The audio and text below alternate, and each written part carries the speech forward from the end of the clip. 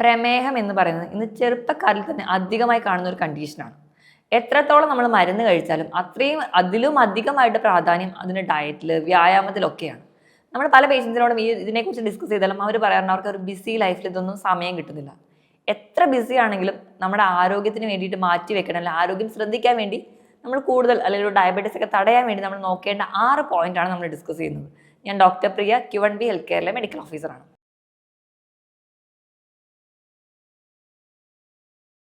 പ്രമേഹം എന്ന് പറയുന്ന ഒരു സൈലന്റ് കില്ലറാണ്. നമ്മൾ വേണ്ട രീതിയിൽ അതിനെ അപ്രോച്ച് ചെയ്തില്ലെങ്കിൽ പെട്ടെന്ന് തന്നെ നമ്മുടെ എല്ലാ ഓർഗൻസും തന്നെ ഡാമേജ് ചെയ്യാൻ കേപ്പബിലിറ്റി ഉള്ള ഒരു രോഗമാണ് പ്രമേഹം. മറ്റേത് രോഗം പോലെയല്ല, അത് എല്ലാ അവയവങ്ങളെയും ബാധിക്കാൻ ചാൻസ് വളരെയധികം കൂടുതലാണ്. മുൻകാലങ്ങളിലൊക്കെ നമ്മൾ നോക്കുകയാണെങ്കിൽ പ്രമേഹം എന്ന് പറയുന്നത് ഒരു 50-ന് മുകളിലോട്ട് ഉള്ള ആൾക്കാരിലാണ് കണ്ടുവന്നിരുന്നതെങ്കിൽ ഇന്നൊരു 30 വയസ്സിന് മുകളിൽ തൊട്ട് പ്രമേഹ രോഗങ്ങളുള്ളവരെ കാണാറുണ്ട്. നമ്മുടെ അടുത്ത് വരുന്ന മിക്ക പേഷ്യൻസിനെ നോക്കിയാലും നമുക്കറിയാം മിക്ക ആൾക്കാരും ചെറുപ്പത്തിൽ തന്നെ ഈ ഒരു പ്രമേഹ രോഗത്തിന് അടിമകളാണ്. നമ്മളത് വന്നു പോയാൽ പോലും നല്ല രീതിയിൽ അത് കൺട്രോൾ ചെയ്തില്ലെങ്കിൽ പെട്ടെന്ന് തന്നെ നമ്മുടെ കിഡ്നി, നമ്മുടെ ലിവർ, നമ്മുടെ കണ്ണിനെ, നമ്മുടെ നാഡികളെ, അങ്ങനെ എല്ലാ സിസ്റ്റത്തിനെയും ബാധിക്കാൻ കേപ്പബിലിറ്റി ഉള്ള ഒരു രോഗമാണ് ഈ ഡയബറ്റിസ് എന്ന് പറയുന്നത്. അപ്പം നമ്മൾ അത്രയും സീരിയസ് ആയിട്ട് തന്നെ ചിന്തിക്കേണ്ട കാര്യമാണ്. ഇപ്പം എത്ര തിരക്കുള്ള ആൾക്കാരാണെങ്കിലും നമ്മുടെ ആരോഗ്യം നോക്കിയില്ലെങ്കിൽ പിന്നീട് നമ്മൾ ഒരുപാട് മെഡിസിൻസ് കഴിക്കുക, അല്ലെങ്കിൽ ഒരുപാട് ഒരു ക്രൈസിസിലൂടെ നമ്മൾ ഫേസ് ചെയ്യേണ്ടി വരും.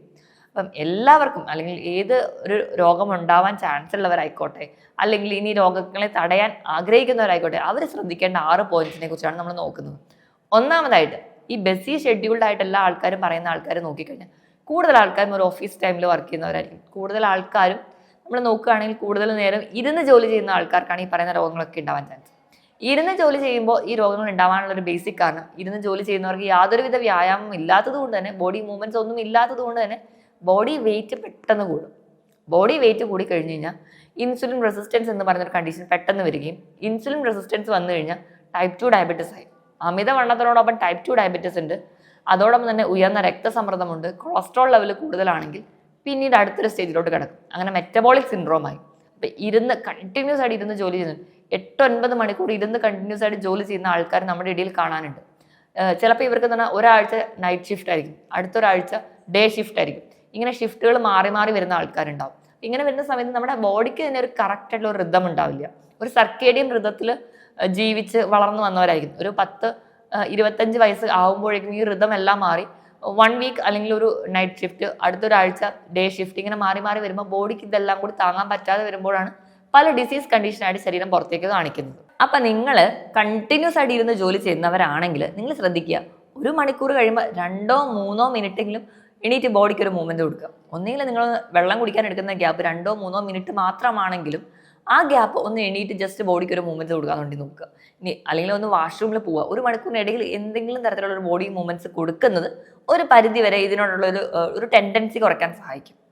ഇനി ഇത് മാത്രമല്ല, ഇനി നിങ്ങൾ പല ആൾക്കാരും പറയാറുണ്ട്, രാവിലെ ജോലിക്ക് കയറുന്നതിന് മുൻപ് ഞാൻ നല്ല രീതിയിൽ വർക്കൗട്ട് ചെയ്യുന്നുണ്ട്, ഞാൻ നല്ല രീതിയിൽ വ്യായാമം ചെയ്യുന്നവരാണ്, എന്നിട്ടും എനിക്ക് എങ്ങനെ ഈ അസുഖമൊക്കെ വന്നു? നിങ്ങൾ കറക്റ്റായിട്ട് എക്സസൈസ് ചെയ്യുന്നവരായിക്കോട്ടെ, പക്ഷെ കണ്ടിന്യൂസ് ആയിട്ട് 8-9 മണിക്കൂർ ഇരിക്കുന്ന സമയത്ത് നമുക്ക് പല രീതിയിൽ ഉണ്ടാകുന്ന ഇൻഫ്ലമേഷൻസ് ശരീരത്തിൽ ഉണ്ടാവുന്നുണ്ട്. അതിൻ്റെ ഭാഗമായിട്ട് നമുക്ക് ആദ്യം കുടവയർ വരുന്നുണ്ട്. കുടവയർ വന്ന് ദഹന പ്രശ്നങ്ങളൊക്കെ തുടങ്ങും. അത് ഫാറ്റി ലിവർ ആവുന്നുണ്ട്. ഇൻസുലിനിൽ മൊത്തത്തിൽ ഒരു ഇൻകംപ്ലീറ്റ്നെസ്, അല്ലെങ്കിൽ ഇൻസുലിനിൽ മൊത്തം ഒരു റെസിസ്റ്റൻസ് വരും. സ്ത്രീകളിൽ PCOD അല്ലെങ്കിൽ അങ്ങനെ ഉണ്ടാകുന്ന ഡിസീസസ് ആവും. അല്ലെങ്കിൽ നമുക്ക് മറ്റ് ഫാറ്റി ലിവറിനോട് ചേർന്ന് തന്നെ ടൈപ്പ് 2 ഡയബറ്റീസ്, മറ്റേ പാങ്ക്രിയാസ് ഡിസോർഡേഴ്സ്, ഇങ്ങനെയൊക്കെ ആയിട്ട് പ്രസന്റ് ചെയ്യുന്നതാണ്. അപ്പോൾ ഇരുന്ന് ജോലി ചെയ്യുന്നവർ എന്തായാലും 1 മണിക്കൂറിൽ ഒരു ബ്രേക്ക് എടുക്കുക. ആ ഒരു ടൈമിൽ വെള്ളം കുടിക്കാൻ വേണ്ടിയിട്ട് ഒന്ന് ജസ്റ്റ് ഒരു ബോഡി മൂവ്മെന്റ്സ് കൊടുക്കുന്നുണ്ടെന്ന് ഉറപ്പുവരുത്തുക. രണ്ടാമതായിട്ട് ശ്രദ്ധിക്കേണ്ട ഫാക്ടർ ഉറക്കമാണ്. നിങ്ങൾ 6 മുതൽ 7 മണിക്കൂറെങ്കിലും കൃത്യമായിട്ട് ഉറങ്ങുന്നുണ്ടെന്ന് ഉറപ്പുവരുത്തുക. ഉറക്കം വളരെ ഇമ്പോർട്ടൻ്റ് ആണ്. നമ്മുടെ ശരീരത്തിൽ നടക്കുന്ന പകൽ നമ്മൾ കഴിക്കുന്ന ഭക്ഷണത്തിൻ്റെ ആയിക്കോട്ടെ, നമ്മുടെ ശരീരത്തിൽ നമ്മുടെ ഓരോ കോശങ്ങൾക്ക് ഉണ്ടാകുന്ന ഡാമേജ് ഒക്കെ റിപ്പയർ ചെയ്യാം. നമ്മുടെ അവയവങ്ങൾക്കൊക്കെ ഒരു റെസ്റ്റ് എന്ന് പറയുന്നത് ഉറങ്ങുന്ന സമയമാണ്. അപ്പോൾ ഇത്രയും നേരം നമ്മൾ ഉറങ്ങിയാൽ മാത്രമേ നമ്മുടെ ശരീരത്തിൽ ഉണ്ടാകുന്ന ഇൻഫ്ലമേഷൻസ് ഒക്കെ നമുക്ക് കുറയ്ക്കാൻ പറ്റുള്ളൂ. ഈ ഇൻഫ്ലമേഷൻസ് കുറയ്ക്കുകയാണെങ്കിൽ അതിൻ്റെ ഭാഗമായിട്ട് നമ്മുടെ ബോഡി കുറച്ചും കൂടെ ഹാപ്പി ആയിട്ട് ഹെൽത്തി ആയിട്ട് ഇരിക്കാൻ പറ്റും. അപ്പോൾ കൃത്യമായിട്ട് ഉറക്കം ഉണ്ടെന്ന് ഉറപ്പുവരുത്തുക. എന്തെങ്കിലും തരത്തിലുള്ള ഉറക്കക്കുറവുള്ളവരാണെങ്കിൽ നിങ്ങൾ അതിന് വേണ്ടി ഒരു ഡോക്ടറെ കാണിക്കുക. നമ്മൾ ഒരുപാട് ടിപ്സുകൾ ഫോളോ ചെയ്താലും ഉറക്കം ചിലപ്പോൾ കറക്റ്റ് ആയിക്കോണമെന്നില്ല. ചില മിനറൽസിൻ്റെയോ വൈറ്റമിൻസിൻ്റെയോ ഒരു കുറവ് മൂലവും നമുക്ക് ഉറക്കക്കുറവ് വരാം. അങ്ങനെ എന്തെങ്കിലും ഉണ്ടെങ്കിൽ ഡോക്ടറെ കാണിച്ച് കറക്റ്റായിട്ട് മെഡിസിൻസ് എടുക്കുക, അല്ലെങ്കിൽ സപ്ലിമെൻറ്റ്സ് എടുക്കുക. ഇനി അതോടൊപ്പം തന്നെ ഉറക്കം കറക്റ്റായിട്ട് കിട്ടാൻ വേണ്ടിയിട്ട് മാക്സിമം ഗാഡ്ജറ്റ്സിൻ്റെ ഉപയോഗം ഒരു ഉറങ്ങാൻ തീരുമാനിച്ചതിന് ഒരു 2 മണിക്കൂർ മുൻപെങ്കിലും ഒഴിവാക്കുക. അതുപോലെ തന്നെ രാത്രി ഉറക്കം കിട്ടുന്നില്ലെങ്കിൽ നമ്മൾ കിടക്കുന്നതിന് ഒരു അരമണിക്കൂർ മുമ്പിൽ ഒരു ചെറിയ ഗ്ലാസ് പാല് കുടിക്കാൻ വേണ്ടി ശ്രദ്ധിക്കുക. ഈവനിങ്ങിൽ ഒരു അരമണിക്കൂർ നടക്കാൻ പോകാൻ വേണ്ടി ശ്രദ്ധിക്കുക. കുറച്ചും കൂടി ഒരു മെഡിറ്റേഷൻസ്, യോഗ പോലെയുള്ള തെറാപ്പികൾ ഫോളോ ചെയ്യുക. അത് നമുക്ക് കുറച്ചും കൂടി ഒരു ഉറക്കം കിട്ടാനും കുറച്ചുകൂടെ സ്ട്രെസ് ഫ്രീ ആവാനും സഹായിക്കും. മൂന്നാമത്തെ കാര്യം എന്ന് പറഞ്ഞാൽ നിങ്ങൾ ശ്രദ്ധിക്കേണ്ടത് പുകവലി പോലെയുള്ള ശീലമുള്ളവരാണെങ്കിൽ അത് കംപ്ലീറ്റ്ലി സ്റ്റോപ്പ് ചെയ്യുക. നമ്മൾ പുകവലിക്കുന്ന സമയത്ത് ഈ നമ്മുടെ ആർട്ടറീസിലൊക്കെ ബ്ലോക്ക് വരാനുള്ള ചാൻസ് വളരെ കൂടുതലാണ്. അത് നമുക്ക് ഹാർട്ട് ഡിസീസ് ഉണ്ടാക്കും. ഇത് മാത്രമല്ല, നമ്മൾ പുക വലിക്കുന്ന സമയത്ത് 30% പുക നമ്മുടെ ആമാശയത്തിലേക്കാണ് ചെല്ലുന്നത്. ഇത് നമ്മുടെ ഡൈജഷനെ ബാധിക്കും. ഡൈജഷനെ ബാധിക്കുന്നതിൻ്റെ ഭാഗമായിട്ട് പിന്നീട് നമുക്ക് ഗ്യാസ്ട്രിക് റിലേറ്റഡ് ആയിട്ടുള്ള ക്യാൻസറും അതുപോലെ തന്നെ ഗ്യാസ്ട്രിക് റിലേറ്റഡ് ആയിട്ടുള്ള അസുഖങ്ങൾ ഉണ്ടാവാനുള്ള ചാൻസ് കൂടുതലാണ്. എപ്പോഴാണോ നമ്മുടെ ദഹനം കറക്റ്റായിട്ട് നടക്കാത്തത് അന്നാണ് നമ്മളൊരു രോഗിയായി മാറുന്നത്. ഈ പറയുന്ന പോലെ തന്നെ നമ്മുടെ ദഹനം കറക്റ്റല്ല, നമ്മൾ കഴിക്കുന്ന ഭക്ഷണം കറക്റ്റായിട്ട് ദഹിക്കാത്ത പക്ഷം അത് നമുക്ക് ഇൻസുലിൻ ലെവലിലും ചെറിയ ചെറിയ വേരിയേഷൻസ് ഉണ്ടാവും. നമ്മുടെ പാൻക്രിയാസ് ഗ്രന്ഥിനെ ബാധിക്കാം. അതിൻ്റെ ഭാഗമായിട്ട് നമുക്കൊരു ഡയബറ്റീസ് രോഗിയായിട്ട് മാറാം. കംപ്ലീറ്റ് ആയിട്ട് പുകവലി നിർത്തുക. ഇനി മദ്യപിക്കുന്ന ആൾക്കാരാണ് എങ്കിൽ എനിക്ക് പറയാനുള്ളത്, മദ്യപാനം അത്ര ഹെൽത്ത് വൈസ് നോക്കുകയാണെങ്കിൽ ഓക്കെ, അല്ലെങ്കിൽ ഒക്കേഷണൽ ഡ്രിങ്കിങ് നമുക്ക് ഓക്കെ പറയാം. പക്ഷേ നിങ്ങൾ എല്ലാ ദിവസവും മദ്യപിക്കുന്ന ശീലമുള്ളവരാണെങ്കിൽ അത് കുറച്ചുകൊണ്ട് വരിക. മാസത്തിൽ 1 അല്ലെങ്കിൽ 2 തവണയൊക്കെ ആണെങ്കിൽ അങ്ങനെ പതിയെ പതിയെ കുറച്ചുകൊണ്ട് വരാൻ വേണ്ടി നോക്കുക. എന്നിട്ട് കംപ്ലീറ്റ്ലി സ്റ്റോപ്പ് ചെയ്യാൻ വേണ്ടി നോക്കുക.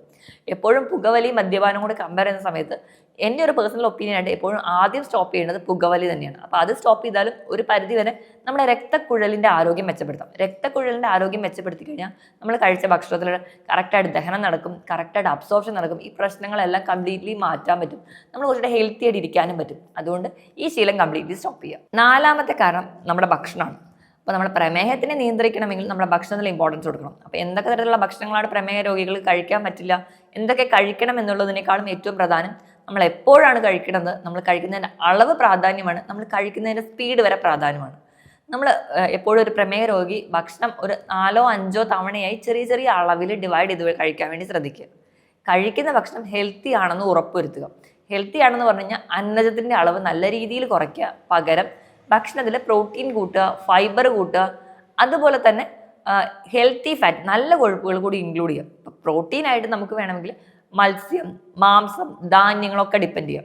ഇനി ഫൈബറിനായിട്ട് പച്ചക്കറികൾ ഡിപ്പെൻഡ് ചെയ്യാം. പഴവർഗ്ഗങ്ങൾ കഴിക്കുമ്പോൾ ലോ ഗ്ലൈസീമിക് ഇൻഡെക്സും ധാരാളമായിട്ട് ഫൈബറും അടങ്ങിയിട്ടുള്ള ഫ്രൂട്ട്സ് ഇൻക്ലൂഡ് ചെയ്യാം. ഇനി ഇതോടൊപ്പം തന്നെ നമ്മൾ കഴിക്കുന്ന ഭക്ഷണം നല്ല രീതിയിൽ ചവച്ചരച്ച് കഴിക്കാൻ വേണ്ടി നോക്കുക. നമ്മൾ നല്ല രീതിയിൽ ചവച്ചരച്ച് കഴിക്കുന്ന സമയത്ത് ദഹനം കുറച്ചുകൂടി ഈസി ആയിട്ട് നടക്കും. ദഹനം ക്ലിയർ ആണെങ്കിൽ ഗ്ലൂക്കോസിൻ്റെ അബ്സോർപ്ഷൻ നമ്മുടെ ശരീരത്തിന് വേണ്ട അളവിൽ മാത്രമേ അബ്സോർബ് ചെയ്യുള്ളൂ. ഷുഗർ ലെവൽ സ്പൈക്ക് ചെയ്ത് പോവില്ല. അതൊരു മോഡറേറ്റ് ലെവലിൽ നിയന്ത്രിച്ചുകൊണ്ട് പോകാൻ പറ്റും. അതുവഴി നമുക്കൊരു പരിധി വരെ ഇൻസുലിൻ റെസിസ്റ്റൻസ് കുറയ്ക്കാം, ഇൻസുലിൻ സെൻസിറ്റിവിറ്റി കൂട്ടാം, ടൈപ്പ് 2 ഡയബറ്റീസിന് ഒരു പരിധി വരെ നമുക്ക് കുറയ്ക്കാനും പറ്റും. അപ്പോൾ നിങ്ങൾ കഴിക്കേണ്ട ഭക്ഷണം എന്താണെന്ന് കൃത്യമായിട്ടൊരു ഡോക്ടറുടെ നിർദ്ദേശപ്രകാരം അല്ലെങ്കിൽ ഒരു ഡയറ്റീഷ്യൻ്റെയോ ന്യൂട്രീഷനിസ്റ്റിൻ്റെ അഡ്വൈസ് പ്രകാരം മാത്രം കൃത്യമായൊരു ഡയറ്റ് തന്നെ ഫോളോ ചെയ്യുക. ഇനി അതോടൊപ്പം തന്നെ ഇൻ്റർമീഡിയറ്റ് ഫാസ്റ്റിംഗ് കൂടി ഫോളോ ചെയ്യുന്ന ഒരു പരിധി വരെ പ്രമേഹ രോഗ സാധ്യത കുറയ്ക്കാൻ പറ്റും. അതിനായിട്ട് രാത്രിത്തെ ഡിന്നർ നേരത്തെ കഴിക്കുക. ഒരു 7 മണിക്കെങ്കിലും സ്റ്റോപ്പ് ചെയ്യുക. പിറ്റേ ദിവസം രാവിലത്തെ ബ്രേക്ക്ഫാസ്റ്റ് ഒരു 16 മണിക്കൂർ ശേഷമാണ് നിങ്ങൾ കഴിക്കുന്നതെങ്കിൽ അവിടെ ഒരു ഇൻ്റർമീഡിയറ്റ് ഫാസ്റ്റിംഗ് ആവും. തുടക്കത്തിൽ ഒരു 12 മണിക്കൂർ, വീണ്ടും ഒരു 14 മണിക്കൂർ, പിന്നീട് ഒരു 16 മണിക്കൂറാക്കി മാറ്റുക. അതുവഴി ഇൻ്റർമീഡിയറ്റ് ഫാസ്റ്റിംഗ് ഫോളോ ചെയ്യുന്നതും ഒരു പരിധി വരെ നമുക്ക് പ്രമേഹ രോഗ സാധ്യത തടയാൻ പറ്റും. അടുത്തതായിട്ട് നമ്മൾ നോക്കുകയാണെങ്കിൽ 5ാമത്തെ പോയിന്റ് എന്ന് പറയുന്നത് വ്യായാമത്തിനെ മാറ്റി വെക്കുക. കൃത്യമായിട്ട് വ്യായാമം ആഴ്ചയിൽ 6 ദിവസമെങ്കിലും ഒരു അരമണിക്കൂർ ഒരു ഹൈ ഇൻറ്റൻസിറ്റി വർക്കൗട്ടുകൾ ചെയ്യുന്നത് ഏറ്റവും ബെസ്റ്റാണ്. ഇനിയിപ്പോൾ നമ്മൾ നടക്കാൻ പോകുന്നവരായിക്കോട്ടെ, അല്ലെങ്കിൽ ഏത് തരത്തിലുള്ള വ്യായാമത്തിലാണ് നമ്മുടെ ശരീരത്തിന് ഉതകുന്നത് നോക്കിയിട്ട് കൃത്യമായിട്ട് വ്യായാമം ചെയ്യും. വ്യായാമം ചെയ്യുമ്പോൾ നമ്മൾ ശ്രദ്ധിക്കേണ്ട കാര്യം ഒന്നാമതായിട്ട് ഫ്ലെക്സിബിലിറ്റിയാണ്. നമ്മുടെ എല്ലാ ജോയിൻസിലും ഒരു മൂവ്മെൻറ്റ്സ് കൊടുക്കുക. അത് നമുക്ക് കുറച്ചും കൂടി ഒരു ഡയബറ്റീസ് കൺട്രോൾ ചെയ്യാൻ വേണ്ടി സഹായിക്കും. രണ്ടാമതായിട്ട് എയറോബിക് എക്സസൈസുകൾ ഫോളോ ചെയ്യുക. എയറോബിക് എക്സസൈസ് എന്ന് പറയുമ്പോൾ നടക്കാൻ പോകുന്നത്, ജോഗിങ്, സൈക്ലിങ്, സ്വിമ്മിങ്, അങ്ങനെയുള്ള വ്യായാമത്തിൽ ഏർപ്പെടുക. ഇനി അതോടൊപ്പം തന്നെ ഡാൻസിങ് ചെയ്യുന്നത്, സൂംബ ചെയ്യുന്നത് ഒക്കെ നല്ലതാണ്. ഇനി R എന്ന് പറഞ്ഞ റെസിസ്റ്റൻസ് എക്സസൈസ് ആണ്. F for flexibility and A for aerobic exercise and R for resistant exercise. Weight lifting എക്സസൈസുകൾ ഫോളോ ചെയ്യാം. അതും ഒരു പരിധിവരെ പ്രമേഹ രോഗ സാധ്യത കുറയ്ക്കാൻ സഹായിക്കും. ഇനി എക്സസൈസിനോടൊപ്പം തന്നെ യോഗ, മെഡിറ്റേഷൻസ് ഒക്കെ ചെയ്യുന്നതും പ്രാണായാമം പോലെയുള്ള തെറാപ്പീസ് ഒക്കെ ഫോളോ ചെയ്യുന്നതും വളരെ നല്ലതാണ്. ഇനി 6ാമത്തെ പോയിന്റ് നമ്മൾ നോക്കുകയാണെങ്കിൽ പൊതുവേ ആൾക്കാർക്ക് കറക്റ്റായിട്ട് ഡയറ്റും എക്സസൈസും ഒക്കെ ഫോളോ ചെയ്താലും ഇടയ്ക്കൊന്ന് ചീറ്റ് ചെയ്യാൻ വേണ്ടി തോന്നാറുണ്ട്, അല്ലെങ്കിൽ ഒരു ചീറ്റ് ഡേ എന്ന് പറയാറുണ്ട്. പൊതുവേ എല്ലാ ദിവസവും ജോലിക്ക് പോകുന്നവരാണെങ്കിൽ ഞായറാഴ്ച ഒരു ചീറ്റ് ഡേ ആയിട്ട് എടുക്കാറുണ്ട്. നിങ്ങൾ ചീറ്റ് ഡേ എടുക്കുകയാണെങ്കിലും അതൊരു മോഡറേറ്റ് ലെവൽ, അല്ലെങ്കിൽ കുറഞ്ഞ അളവിൽ മാത്രം നമ്മൾ ഈ പറയുന്ന രീതിയിൽ നമ്മുടെ ആഗ്രഹത്തിനോ കൊതിക്കൊക്കെയുള്ള ഭക്ഷണങ്ങൾ ഇൻക്ലൂഡ് ചെയ്യാൻ വേണ്ടി നോക്കുക. നമ്മൾ ഏതെങ്കിലും തരത്തിലുള്ള ഒരു ഫാസ്റ്റ് ഫുഡോ ജങ്ക് ഫുഡോ കഴിക്കുകയാണെങ്കിൽ അത് കഴിക്കാൻ പോകുന്നതിന് മുൻപ് തന്നെ വീട്ടിൽ നിന്ന് നല്ല രീതിയിൽ പ്രോട്ടീനും ഫൈബറും റിച്ച് ആയിട്ടുള്ള സാലഡ്സോ അല്ലെങ്കിൽ ഫുഡോ ഇൻക്ലൂഡ് ചെയ്ത് കഴിക്കുക. അത് കഴിഞ്ഞ് നമ്മൾ കഴിക്കാൻ പോകുമ്പോൾ ആ ഒരു ജങ്ക് ഫുഡിൻ്റെ അളവ് കുറച്ച് കുറവായിരിക്കും, പക്ഷേ നമ്മുടെ ആഗ്രഹത്തിന് കഴിക്കാനും പറ്റും. ആ ഒരു രീതിയിൽ ബാലൻസ് ചെയ്ത് കഴിക്കുന്നത് ഒരു പരിധി വരെ നമുക്ക് ഈ ഡയബറ്റീസോ അല്ലെങ്കിൽ മറ്റ് പല ജീവിതശൈലി രോഗങ്ങളെയും തടയാൻ പറ്റും. അപ്പം ഞാൻ ഈ പറഞ്ഞ 6 പോയിന്റ്സ് നിങ്ങളൊരു 20 വയസ്സാകുമ്പോൾ തൊട്ട് തന്നെ കൃത്യമായിട്ട് ഫോളോ ചെയ്യുകയാണെങ്കിൽ നിങ്ങൾക്ക് ഉറപ്പായിട്ടും പ്രമേഹ രോഗം അതുപോലെ തന്നെ ഉണ്ടാകുന്ന മറ്റ് പല ജീവിതശൈലി രോഗങ്ങളെയും ഒരു പരിധി വരെ കുറച്ചോണ്ട് വരാനോ അല്ലെങ്കിൽ അതിന്റെ തീവ്രത കുറയ്ക്കാനോ സഹായിക്കും. ഞാൻ ഈ പറഞ്ഞ കാര്യത്തിൽ എന്തെങ്കിലും ഡൗട്ട് ഉണ്ടെങ്കിൽ താഴെ കാണുന്ന നമ്പറിൽ കോൺടാക്ട് ചെയ്യുക. മറ്റൊരു ഹെൽത്ത് ടോപ്പിക്കുമായിട്ട് വീണ്ടും കാണുന്നത് വരെ നന്ദി.